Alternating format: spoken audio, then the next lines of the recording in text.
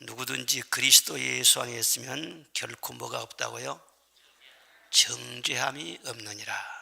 그리스도 예수 안에 있는 생명의 성령의 법이 죄와 사망의 법에서 너를 누구라고요? 너를 해방하였음이라. 아멘. 아주 항상 마음에 새기고 간직해야 할 아주 귀한 요절입니다. 신앙생활에 있어서 갈등이 많을 때 참 신앙생활 하면서도 뭔가 길이 잘 보이지 않고 마음이 심란하고 그럴 때 약이 있어요. 성경은 약입니다. 그래서 신약, 구약 그래요. 약이에요. 그 중에서도 로마서 8장을 쭉 한번 읽어보면 한번 시험을 해보십시오. 이상하게 내 마음이 싹 치료가 돼요. 정리가 됩니다. 어떤 교회는 하도 교회가 몇 년째 막 재판 사건이 있어가지고 너무너무 힘들고 그냥 교인들이 그냥 서로 충돌해가지고 싸우고 목사님이 어떻게 견디겠어요? 그래서 전 교인들한테 로마서 8장을 읽을 뿐만 아니라 외우도록 했어요. 그래서 몇 개월씩 해가지고 못 외운 사람들 얼마나 힘들겠어요. 외우면서 매일 이 말씀을 읽게 했어요. 이 말씀으로 수년 동안의 그 어려운 시험을 다 이겨내고 지금은 뭐 제가 말하면 다 알 수 있는 그런 유명한 교회죠. 지금은 아주 튼튼하게 잘 세워져 가요. 어떤 어려운 시험이 있더라도 무엇으로 이기느냐? 말씀으로 이겨요. 스스로 고민하고 막 성질내고 그러면 나중에 더 부끄러움 당해요. 말씀 안에 약이 있고 말씀 안에 다 길이 있어요. 그래서 내 생각이나 감정이나 그런 인간적인 생각을 버리고 말씀으로 바로 직행하면 되죠. 8장이 그래요. 로마서 8장이 아주 약 중에서 아주 특효약입니다.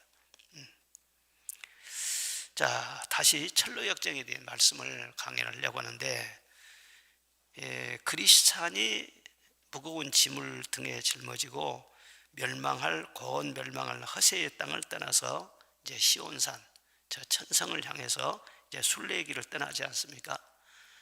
처음 떠날 때부터 참 힘들었어요. 왜냐하면 가족들하고 서로 평화롭게 잘 살고 있는데 짐을 짊어지고 이제 길을 멀리 떠난다는 거예요. 이제 가면은 다시 오지 못할 수도 있다는 거예요. 그러니까 가족들이 얼마나 만류를 하겠어요. 우리를 두고 어디를 가냐고 아내가 붙잡고 자식들이 붙잡고. 그런데 자기는 이 세상이 곧 멸망을 당할 것 같고 내가 구원을 받으려면 떠날 수밖에 없다. 그런 생각이었고 그래서 그걸 뿌리치고 떠나기가 너무너무 힘들었어요. 그래도 결단을 하고 이제 그 허세의 땅을 떠나죠. 떠나서 이제 길을 가는데 이 순례자의 길이라는 것은 참 어려움이 많죠. 저 멀리 배는 나의 시온성 오 거룩한 집 아버지 집에 가고자 하니 공고한 일이 많도다. 뭐 찬송가에 있는 대로 순례의 길이라는 것은 여러 가지 어려움들이 많아요. 그 그리스찬의 길을 가면서 많은 일들을 당하게 됩니다. 낙담의 늪에 빠져서 허우적거리다 죽을 뻔하기도 하고 어떤 사람이 도와준다고 하면서 속세의 현인이라는 사람이 나타나서 도를 가르쳐 준다면서 도덕주의, 율법주의 그걸 가르쳐 주는 거예요. 율법이 필요하지만은요, 율법은 우리 가르쳐 주는 거예요. 내가 죄인이라는 것을 가르쳐 주는 것이지 거울처럼 깨닫게 해주는 것이지 그 속에 구원이 없거든요. 그런데 율법을 가지고 구원의 길이 있다고 가르쳐 주는 그런 사람도 만나고 또 앞에 문이 막 닫혀 가지고 계속 갈 수 없으니까 막 문을 두드려요. 그랬더니 안에서 나와서 누가 문을 열어주더라. 우리가 문이 닫혀 있을 때는 구하라, 두드리라 그랬잖아요.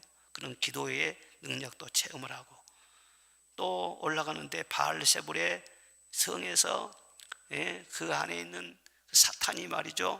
막 화살을 막 쏘는 거예요. 순례자들을 향해서 계속 화살을 쏘아요. 그래서 급히 피하기도 하고 우리가 믿음의 길을 쭉 가는데 마귀는 가만 놔두지 않아요. 불화살을 순간순간 쏘거든. 믿음의 방패로 그것을 늘 막아야 돼. 매일 막아야 돼. 오늘 또 화살을 겨누면서 누구를 향해 쏠지 몰라요. 무엇으로 막아야 되느냐? 주여 믿습니다. 믿음으로 막아내야 되는 거예요. 그리고 좀 가다 보니까는 어떤 해설자가 나타났어요. 해설자가 나타나서 진리를 이렇게 쭉 설명을 해줍니다. 그건 무슨 말하느냐 하면은, 우리는 영적으로 양이라고 했잖아요. 주님은 목자라고 했잖아요. 그런데 우리가 신앙생활 하면서는 내 홀로 스스로 자립신앙생활을 할 수 있도록 그렇게 놔두질 않습니다. 하나님의 질서를 딱 만드셔가지고 예수님이 목자장이시지만은 먼저 진리를 깨닫고 먼저 하나님과 깊은 만남을 갖고 훈련을 받은 또 주의 종들을 또 세우시는 거예요. 주의 종을 세워서 말씀을 가르치게 하고 위로도 받고 도움도 받도록 그렇게 하는 거예요. 그래서 전도자라는 사람이 바로 그런 사람이에요. 그 사람이 만나서요 늘 가르쳐 줍니다. 이런 진리 저런 진리를 가르쳐주고 앞으로 뭘 조심하라고 다 일러주고 그럽니다. 그 전도자의 도움을 많이 받았어요. 그리고 해설자라는 사람을 만나서 그 사람의 도움도 많이 받습니다. 해설자는 진리의 성령 즉 보혜사를 상징하고 있는데 앞으로 가면은 이런 일이 있을 것이다 이런 일이 있을 것이다 쭉 설명을 해줘요. 그런데 그렇게 길을 한참 가는데도 이 등에 무거운 짐이 벗겨지질 않습니다. 그냥 계속 무거운 거 힘든 거예요. 타닥타닥 하면서 길을 가야 돼. 가면서 제발 이것 좀 벗겨주시라고 이것 좀 벗겨달라고 그렇게 해도 전도자가 뭐라고 하냐면은 그건 저는 못해요. 도와줄 수는 있어도 저는 짐을 벗겨주는 일은 저는 못해요. 해설자한테도 그 하소연을 해요. 짐 좀 벗겨주십시오. 그러니까 언젠가 벗겨질 겁니다. 그런데 아직은 아니에요. 좀 더 가야 돼요. 그래서 하는 수 없이 무거운 짐을 계속 지고는 이제 가는데 길 양 옆으로 구원이라고 새겨진 그런 담이 세워져 있어요. 이쪽도 구원, 이쪽도 구원, 담이 새겨졌는데 그 사이로 이렇게 길이 쭉 나 있습니다. 그래서 그 길로 쭉 이렇게 걷는 것입니다. 그런데 한참 걷다 보니까 약간 높은 곳에 이르렀는데 그 위에 십자가가 딱 세워져 있는 것이 보이는 것입니다. 그런데 그 십자가가 있고 바로 그 밑에 보니까 그 밑에는 무덤이 있어요. 그런데 그 십자가를 쭉 보는 순간에 신기하게도요 어깨에 칵 붙어 있었던 무거운 짐이 말이죠 스르르 벗겨지더니 등에서 떨어진 거예요. 그리고 떼굴떼굴 굴러가지고는 어디로 굴러 떨어지느냐 무덤 속으로 딱 굴러 떨어지는 거예요. 그래서 짐이 벗겨지고 그러니 얼마나 가벼워가지고 몸이 가벼워가지고 기쁜지요. 아주 마음이 후련해가지고 그 순간은 날아갈 것 같은 너무나 좋아가지고 그러면서 자기도 모르게 찬송이 터져나왔어요. 주님의 십자가의 죽음으로 내 죄와 슬픔을 담당하여 주시고 나에게 생명을 주셨도다. 그동안 아무리 고통당하고 누구를 만나고 다 해도 짐이 안 벗겨지더니 십자가를 바라보는 순간에 십자가 본 신기하게도 그것이 싹 벗겨지더라고요. 오직 우리의 죄짐은 예수님께서 십자가에서 대신 짊어지시고 보혈을 흘려주심으로 그 피로 우리를 씻어주시고 주님이 친히 담당하신 줄로 믿습니다. 표현은 굴러서 떨어졌다 그렇게 하지만은 내 죄짐이 주님께 올라간 것이죠. 주님께서 대신 담당해 주신 것이죠. 찬송가 있잖아요. 슬픔 걱정 가득 차고 내 맘 괴로워도 갈보리 십자가 위에서 죄짐이 풀렸네. 너의 근심 모든 염려 주께 맡기어라. 갈보리 십자가 위에서 죄짐이 풀렸네. 너의 눈물 상한 심령 주가 돌보신다.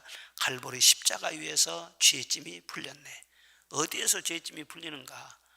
이건 기도한다고 해서 되는 것도 아니고 성경을 많이 읽는 거 되는 것도 아니고 아무리 고민하고 결심하고 괴로워하고 죄책감 가지고 착하게 살려고 그렇게 한다고 되는 것이 아니고 갈보리 십자가 위에서 죄짐이 풀렸네.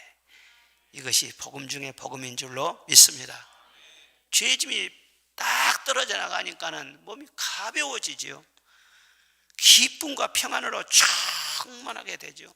막 뛸 듯이 기뻤다는 거예요. 너무너무 좋았어요. 그러면 처음부터 순례기를 딱 시작할 때부터 이렇게 죄짐이 확 벗겨졌으면 얼마나 좋겠어요. 그런데 한참 동안 이 짐을 짊어지고 가야 했습니다. 중간에 좀 벗겨달라고 그렇게 상담도 해보고 전도자한테 도움도 구해봤는데 안 됐어요. 안 됐어요. 또 영적인 체험을 한다고 했어요. 성령 체험한다고 해서 그래도 이 무거운 짐 팍 누르는 이것을 벗을 수가 없었어요. 마음에 참 평안과 참 기쁨이 없어요. 신앙생활은 천국 생활이잖아요. 천국 가기 위해서 이 땅에서 천국을 연습하는 거예요. 천국은 기쁨이죠. 평강이죠. 그런데 예수님을 믿는다고 믿는데도 진정으로 마음에 참 평안과 참 기쁨 이거 없는 거예요. 여러분 왜 그러겠어요? 교회 우리가 나와서 예수를 믿어도 처음에는 다 우리는 육신을 가진 인간이기 때문에 육신의 사정이 먼저가 됩니다. 이 세상에 살다 보니까는 천국은 한참 먼 다음이고 세상 끝난 다음에 가는 곳이고 우선 보이는 것이 세상이에요. 그래서 내 육신의 사정과 이 세상 근심 이것이 다른 영적인 사정보다 더 앞서게 됩니다. 이것이 우리 인간이에요. 연약한 인간이에요. 지금 이 시간 나와서 우리가 예배를 드려도 정말 내 죄짐을 벗고자 하는 이런 것이 가장 근본적인 것이다. 이것이 바로 급선무적인 것이다. 그래서 주님의 십자가를 바라보면서 내 죄를 회개하고 이 죄의 사함을 받고자 하는 이것이 바로 우선이 돼야 되는데 신앙생활 처음 시작을 하다 보면은 안 되는 거예요. 죄 무슨 뭐 천국 그것은 한참 나압이 먼저 우선 보이는 것은 육적인 것이기 때문에 세상 근심이 우선이에요. 앞에 있어요. 영적인 원리가 무엇이냐 그러면은 이 죄 사함을 먼저 받잖아요. 죄 사함을 받으면 반드시 성령이 임합니다. 회개 없이 성령이 임하질 않아요. 죄 사함 받으면 성령이 임하게 돼요. 성령이 임하시면은 은사가 나타나요. 지혜를 주셔요. 담대함을 주셔요. 능력을 주셔요. 그래서 육신의 여러 가지 문제들도 해결될 수 있도록 성령 받고 살다 보면은 해결이 되는 거예요. 예, 그것이 순서예요. 그런데 이게 우선순위가 자꾸 바뀌는 거거든. 우선순위가 육신의 생각과 이 세상 근심과 육신의 사정과 이것이 항상 앞서는 거예요. 오늘 아침에 기도해도 무슨 기도 제목이 우리 안에 먼저 딱 들어있겠어요?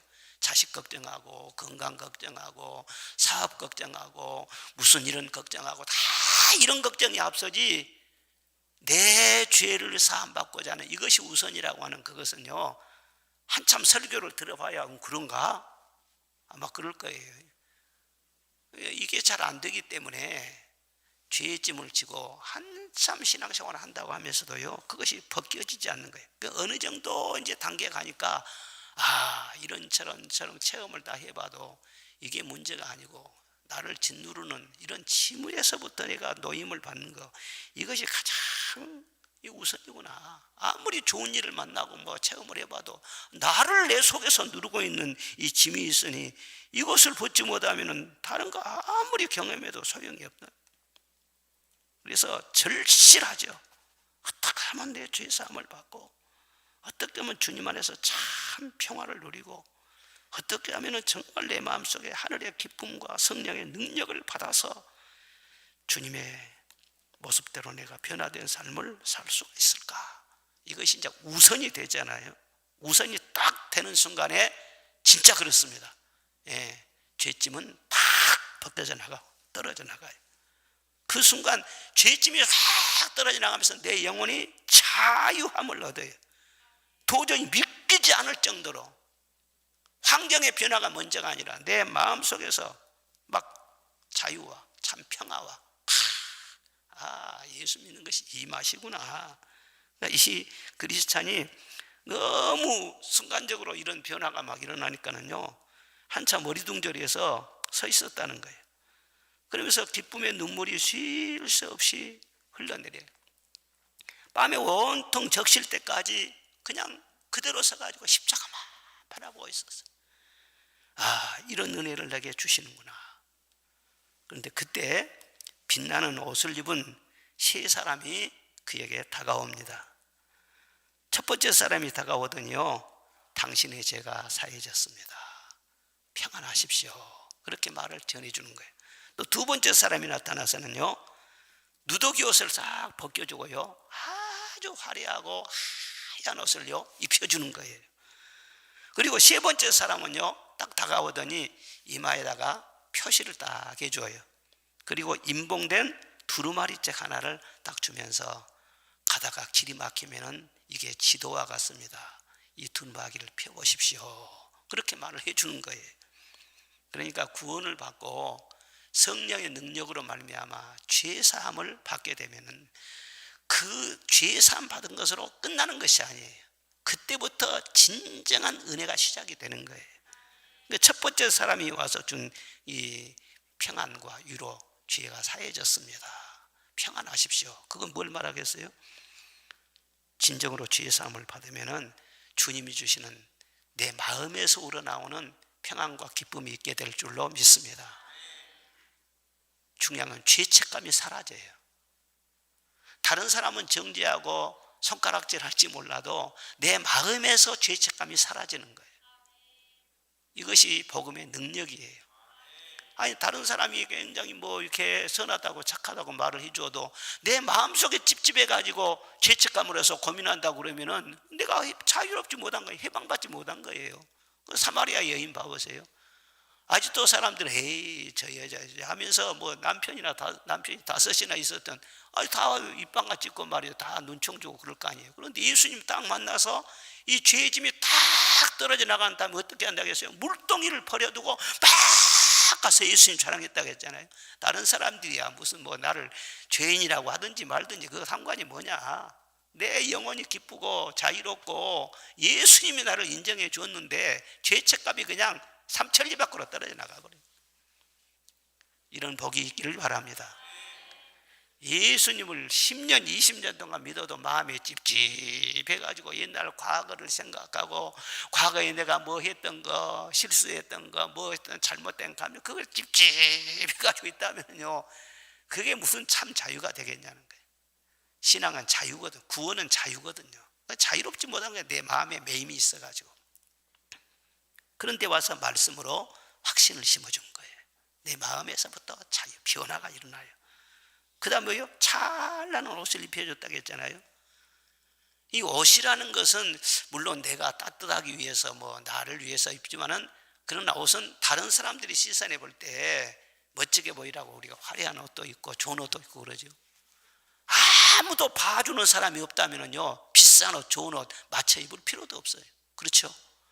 저도 우리 성도들이 지금 안 봐주면은요, 이렇게 넥타이 신경 써서 메고 올 필요도 없고 양복을 이렇게 입고 올 필요도 없어요. 그냥 잠바 하나 입고 말이죠. 그냥 와서 그냥 편하게 기도하고 그날. 사람들이 보니까 옷이라는 것은 중요하죠. 우리가 옷 입는 거, 영적으로 입는 것을 주님이 보시거든요. 딱 이렇게 잔치자리에 들어올 때 처음 딱 이렇게 해서 애복을 봐요. 애복을 입지 않은 사람은요, 너 당신 가라고. 당신 뭐 애복도 입지 않았는데 이 자리에 들어올 수가 없다. 의의 옷은 내가 보는 것이 아니라 밖에서 보는 거, 주님이 보시는 거예요. 그래서 죄사함 받으면 주님이 의의 흰 옷을 입혀주시는 거예요. 그래서 나는 아직도 뭐 부족해요. 나는 아직도 내가 과연 구원받을 수 있을까, 그런 마음이 들 수도 있어요. 너무 겸손해가지고. 그런데 주님은 그게 아니라는 거예요. 내가 너를 사랑하노라. 의의 옷을 입혀주셔가지고 주님이 인정해 주는 거예요. 내가 나를 인정하고 내가 나를 자랑하려고 하지 말고 주님이 인정하시는 사람이 되시기를 바랍니다. 어떻게 보면 우리는 양의 성품이 있어가지고 항상 조바심도 많고 두려움도 많고 그래요. 그런데 주님이 나를 보실 때는 굉장히 크게 본 거예요. 그리고 작은 기도라도요, 크게 응답해 주고요, 크게 말하자면은 성도들의 정말 행복이거든요. 주님이 나를 보시는 것이 다르다는 얘기. 애복을 입혀주시. 그 다음에 세 번째 뭐라 하겠어요? 이마에 표시를 딱 해준다고 했잖아요. 성경 말씀 보면은 이마에 인을 친다고 했거든요. 에스겔 9장의 말씀, 에스겔 11장 말씀, 또 계시록의 7장의 말씀 보면은 이마에다 인을 친다고 했어요. 그러니까 죄 사함을 받으면은 반드시 성령이 임하십니다. 성령은 인친과 같아요. 도장을 딱 찍어주는 것 같아요. 도장 찍어주면은요, 인정이 되는 거예요. 왕의 도장을 찍으면은 왕이 인정한다는 것이지 않겠어요? 그 인침을 받으면은 아무도 해할 수가 없다. 앞으로 큰 환란이 온다 할지라도 해할 수가 없다. 그 인침을 받는다는 건 그 하나님의 특별한 보호지요. 옛날 라멘 의사들이요, 마패를 가지고 다녔어요. 마패. 마패 위급할 때 말이죠. 딱 마패를 내놓으면 이건 임금의 권위거든요. 함부로 절대 그 사람을 건드릴 수가 없어요. 해칠 수도 없고. 그러면은 아주 평양 감사라도 말이죠. 그냥 두려워하는 것이. 우리에게 주시는 영적인 권위, 이마에 인을 쳐주시고, 할렐루야. 그래서 마귀가 와서 도망치는 것이. 마귀는 알아요. 이마에 확 인침이 있고 말이죠. 애복을 입은 사람, 마귀는 안다고. 밖에서 말이야 피를 발라놨더니 피를 보고는요 넘어가잖아요. 밖에서 마귀는 다 본다는 거예요. 확신을 주시는 거예요. 그리고 두루마리를 주면서 가다가 길이 막히면 두루마리 펴보라고. 여러분 차 타고 다니면서 길 잘못 들거나 그러면 어떻게 해요? 여기 멈추라고. 여기 내비게이션 다시 쳐야 되겠구만. 다시 한번 찾아봐요. 다시 딱 찾아서 입력하고 그대로 가거든요. 300m 앞에서 우회전입니다. 얼굴도 없는 여자분이 나타나가지고는요 계속 쫑알쫑알 말해요. 제대로 딱 맞추면은요 길을 처음 가는 초연길이라도 쭉쭉쭉쭉 가서 말이죠 딱 제대로 목적지에 도착을 하거든요. 하나님의 말씀은 우리의 길을 가르쳐 주시는 거예요. 영생의 길을 가르쳐 주신 거예요. 지도를 자주 봐야 되죠. 길을 막히고 그럴 때 이와 같이 하나님의 말씀을 한꺼번에 막 폭식을 하듯이 막 많이 그렇게 읽는 것이 아니고, 물론 필요할 때는 그렇게 읽을 수 있어요. 그런데 양식을 먹는 것처럼 매일 꾸준하게 주보에 나타난 그런 그 분량대로 그대로 읽는 거예요. 평생토록 하나님 말씀을 읽고 평생토록 말씀에서 길을 찾으면서 가야 돼요. 여러분 지금까지 여기까지 잘 왔습니다. 이 그리스찬이 여기까지 잘 왔어요. 그런데 이후에도 천로역정 쭉 보면은요, 아니 별별 일이 또 나타나. 또 앞으로 막 사자를 만나기도 하고 앞으로 그냥 별별 일이 막 만나는 거예요. 신앙생활하는 것은 천국에 딱 이를 때까지는 누구도 안심을 못해요. 그렇죠. 어떻게 우리가 변심을 할지, 어떻게 육의 세계에 확 올라와 가지고 내 영혼을 뒤엎어버릴지 그 모르는 거예요. 그러니까 항상 두렵고 떨리는 마음으로 내 영혼의 온전한 구원을 위해서 늘 겸손하게 주님을 의지해야 할 줄로 믿습니다. 우리를 길을 가는 도중에 있는 사람들이기 때문에. 자.